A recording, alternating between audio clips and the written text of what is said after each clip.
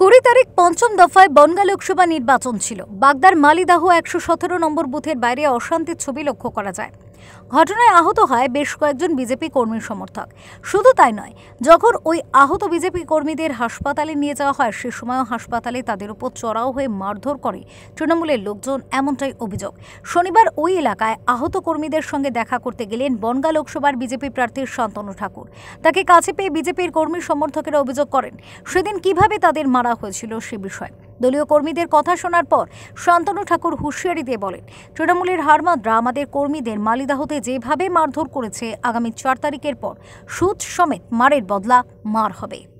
টিএমসির হারমাদরা যেভাবে মালিদাতে আমাদের এই যে মালিদা 117 এবং সোনাদা আমাদের এখানকার মেম্বার সোনা দাস, আর প্রাক্তন মেম্বার হচ্ছে দিলীপ দা আমাদের এখানে আছে, এদের উপরে যেভাবে অমানসিক এদের উপরে অত্যাচার করেছে গ্যাং নিয়ে এসে, এখানকার পঞ্চায়েত যে সভাপতি, তাই তো কি জানো নাম,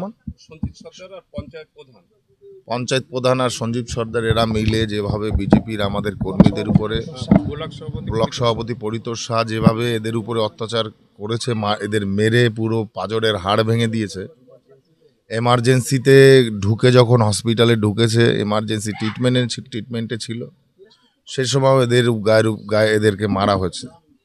এখানকার পুলিশ সম্পূর্ণভাবে নিষ্ক্রিয়। এখানকার টিএমসিকে আমি বলতে চাই, 4 তারিখের রেজাল্টের পরে তৈরি থাকবেন। যতটুকু মার দিয়েছেন ততটুকু মার ফিরে যাবে, কিন্তু সুদ সমেত ফিরবে, সেটা মাথায় রাখবেন। সবার হাত পা আছে, আর এখানকার পুলিশ নিয়ে আমরা ভয় পাই না। প্রতীতি ঘোষের রিপোর্ট, ওঙ্কার বাংলা।